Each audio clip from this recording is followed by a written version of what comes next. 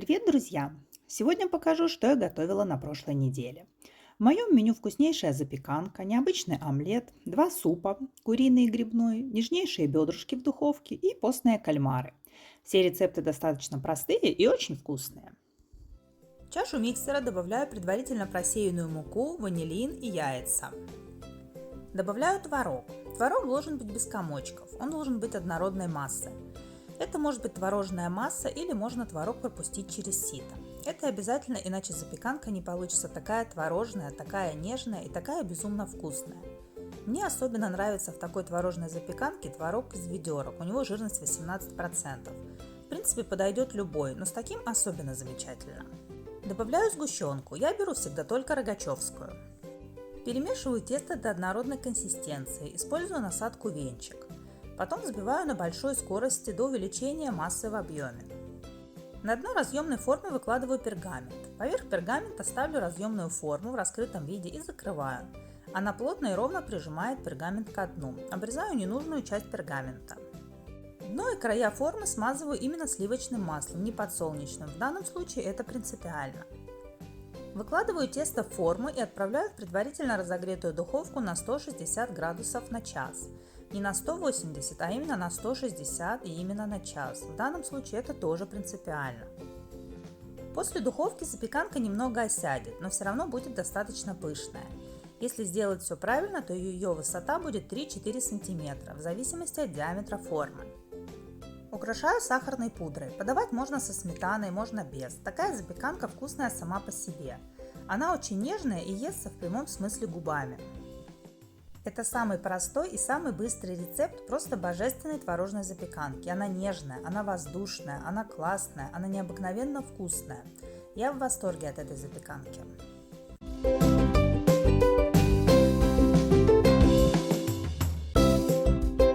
Картофель мою, очищаю и нарезаю небольшими кубиками. Лук мою, очищаю и нарезаю достаточно мелко. В кастрюлю выкладываю замороженный бульон. Выкладываю замороженную морковь. Перед заморозкой я ее помыла, очистила и натерла на крупной терке.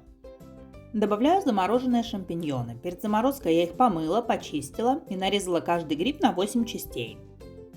Добавляю картофель, лук, чеснок, соль, черный молотый перец, мускатный орех, заливаю водой и лавровый лист. Отправляю на максимальный огонь. После закипания я варю 30 минут на минимальном огне. Супчик получается очень ароматный, легкий и вкусный. Аромат распространяется далеко за пределы кухни. И несомненным преимуществом его является простое и быстрое приготовление.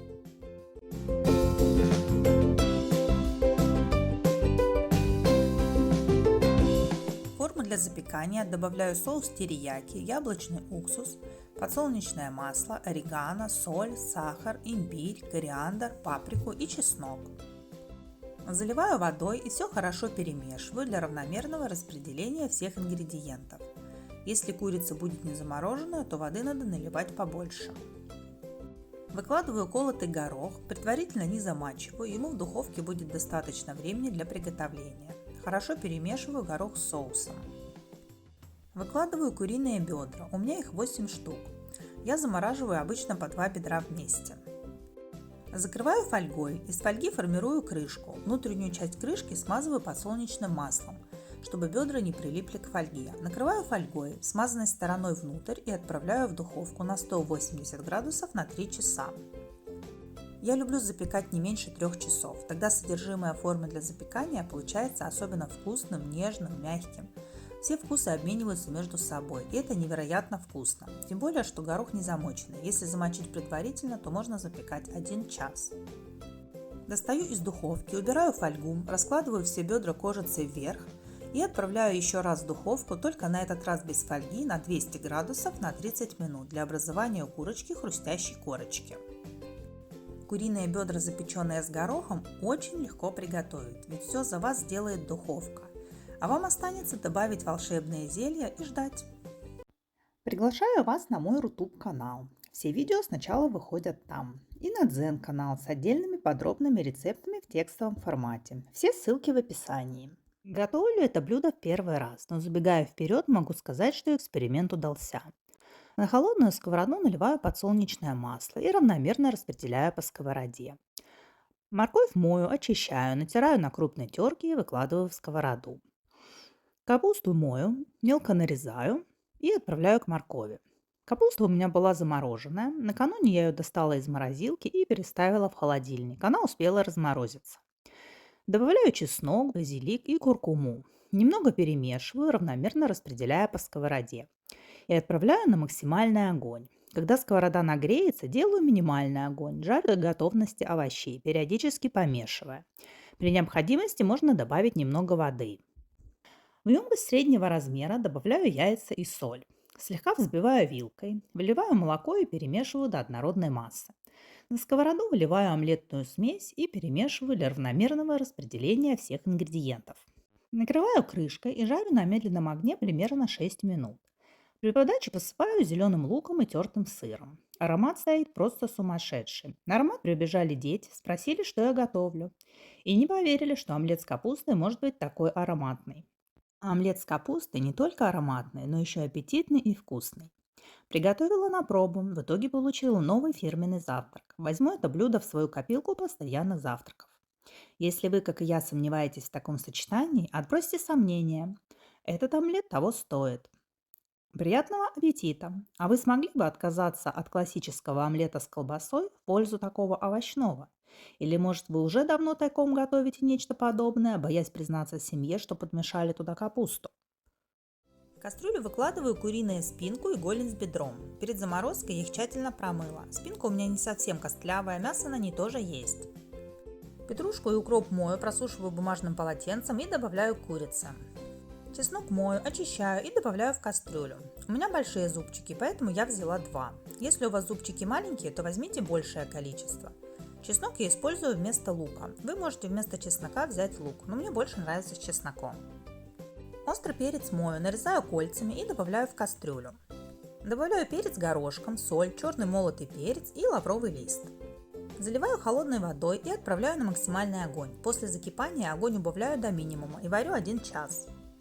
Варю бульон 1 раз, ничего не сливаю, 2 раз не варю. Бульон и курица сварились. Единственное, что делаю, это процеживаю, всегда любой бульон. Получается такой насыщенный, ароматный, красивый и вкусный бульончик. Картофель мою, очищаю, нарезаю крупно и добавляю в бульон. Добавляю аккуратно, бульон горячий, чтобы не обжечься. Помидоры мою, удаляю сердцевину, нарезаю достаточно мелко и добавляю в бульон. Морковь мою, очищаю, натираю на крупной терке и добавляю в бульон. Сладкий перец мою, удаляю сердцевину, нарезаю небольшими кубиками и добавляю в бульон.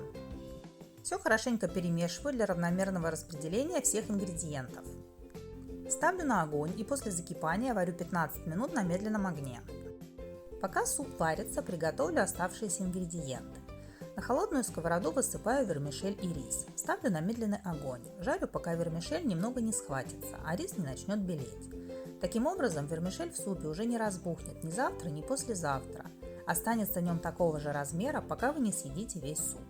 А рис получается более рассыпчатый. По мере жарки периодически помешиваю.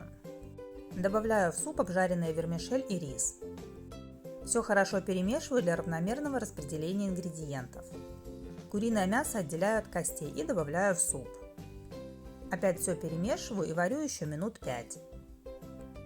Куриный супчик с рисом и вермишелью, наверное, самый любимый суп и взрослых, и детей. Получается такой нереально вкусный и совсем простой в исполнении суп. Один из наших любимых. Думаю, уже все пробовали куриный суп с вермишелью и рисом. Уверена, все остались довольны.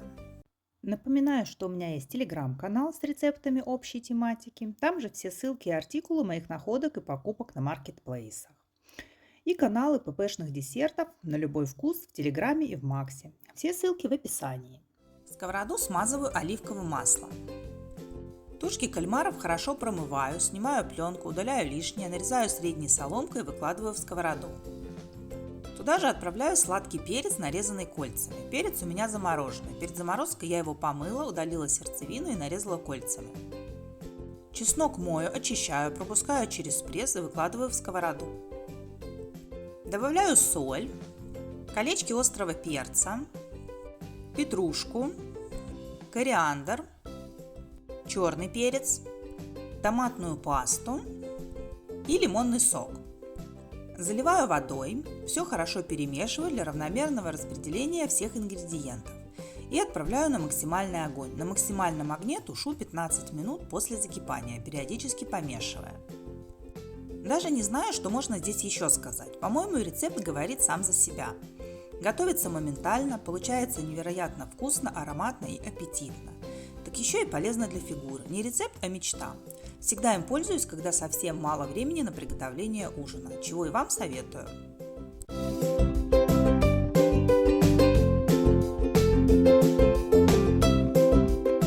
Если видео вам понравилось, ставьте лайк, не забывайте подписаться на канал и обязательно пишите в комментариях, какое блюдо приготовите первым. Всем удачной и вкусной недели, до новых встреч, пока-пока!